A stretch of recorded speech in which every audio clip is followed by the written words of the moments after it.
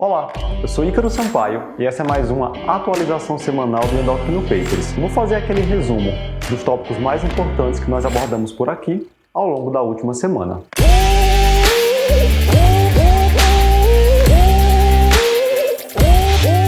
Na segunda-feira, o Dr. Luciano Albuquerque publicou um texto no nosso site comentando sobre a vigilância ativa em pacientes com carcinoma diferenciado de tireoide. Não é novidade para vocês que já acompanham a nossa página há um tempo que os casos de carcinoma diferenciado de tireoide geralmente têm um bom prognóstico, com taxas de mortalidade baixíssimas.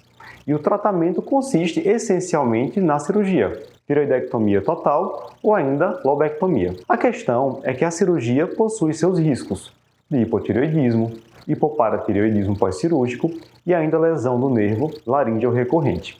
Então fica o questionamento se de fato vale a pena o risco pensando num carcinoma diferenciado de tireoide de baixo risco. Pensando nisso, vem essa proposta de fazer vigilância ativa desses casos de carcinoma de baixo risco, indicando cirurgia apenas em caso de progressão da neoplasia. Recentemente, a American Thyroid Association publicou uma revisão sistemática, onde comenta alguns dados relacionados à vigilância ativa desses pacientes, mostrando que não há aumento de mortalidade em relação a pacientes que foram submetidos à cirurgia. Recentemente, a American Thyroid Association publicou uma revisão sistemática no qual ela comenta dados relacionados ao segmento desses pacientes que foram escolhidos para vigilância ativa, sendo mostrado aí que não houve um aumento de mortalidade em relação àqueles pacientes que realizaram terapia cirúrgica.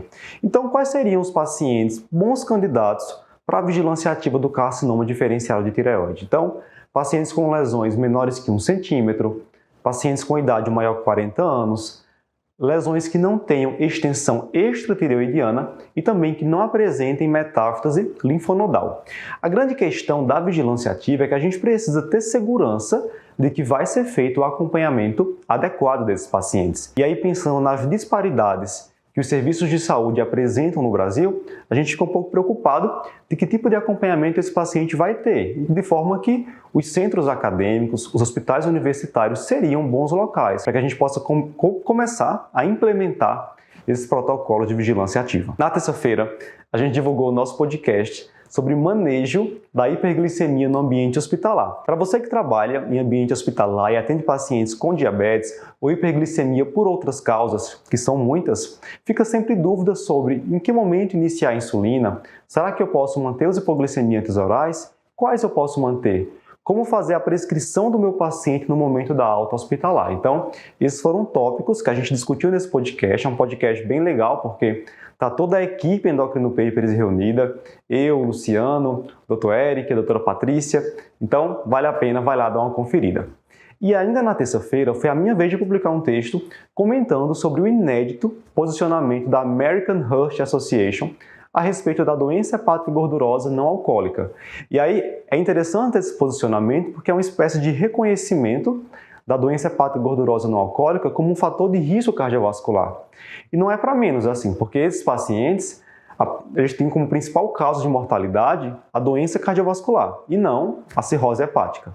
Então, foram discutidos alguns pontos importantes nesse posicionamento. Eu faço um resumão lá do que tem de mais interessante. Eles falam, por exemplo, sobre a ultrassonografia de abdômen, que ainda é uma forma interessante para rastreamento dos pacientes de risco, apesar de que o fato de ter uma ultrassom normal não descarta que o paciente tenha esteatose hepática, né? Então, isso é um dado que a gente tem que estar atento. Outra coisa que eles comentam é sobre a importância das mudanças de estilo de vida, dieta, atividade física, objetivando aí uma perda de peso de pelo menos 5 a 10%. Com 5% de perda corporal, o paciente já tem alguma melhora na esteatohepatite.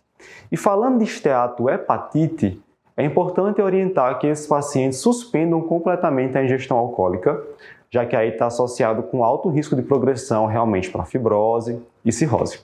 Sobre terapias farmacológicas, o posicionamento comenta sobre benefícios da pioglitazona, liraglutida, e aí ainda prevalece aquela dúvida, né, se os pacientes que usam liraglutida têm melhora da esteatohepatite pela perda de peso ou se há algum benefício extra, além da perda de peso, promovido pela liraglutida. Um tópico bem interessante do posicionamento é quando eles falam sobre vitamina E. A vitamina E é bem controversa no tratamento da esteatohepatite, sendo recomendada hoje para pacientes que não têm diabetes e têm esteatohepatite comprovada por biópsia, mas a grande questão é que em alguns estudos está associada a uma maior incidência de insuficiência cardíaca, né?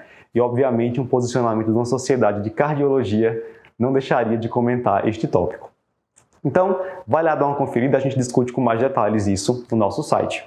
Na quinta-feira, o Dr. Eric Trovão falou de um assunto bem importante que foi sobre a prevalência de sobrepeso e obesidade em crianças e adolescentes com diabetes mellitus tipo 1.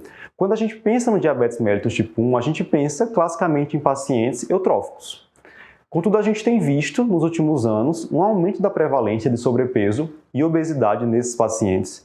E aí um estudo brasileiro recente observou que cerca de 1/4 dos pacientes com diabetes mellitus tipo 1, foram mais de 1.700 pacientes estudados, tinham excesso de peso, principalmente sobrepeso, mas também obesidade. E esses pacientes também tinham maior prevalência de outros fatores de risco cardiovasculares, como hipertensão e aumento do colesterol LDL. Então, a gente precisa estar atento a esse fato, porque a gente não vai conseguir intervir na progressão da destruição, da disfunção de células beta, mas a gente pode intervir na prevenção desses demais fatores de risco cardiovasculares em pacientes com diabetes mellitus tipo 1. Bem, esses foram os tópicos mais importantes. Vejam que a gente falou de temas bem interessantes. Se você gostou de algum tópico em particular, vai lá, confere o nosso conteúdo, deixe seu comentário e não esquece de compartilhar esse vídeo, esse podcast com seus colegas. Até a próxima!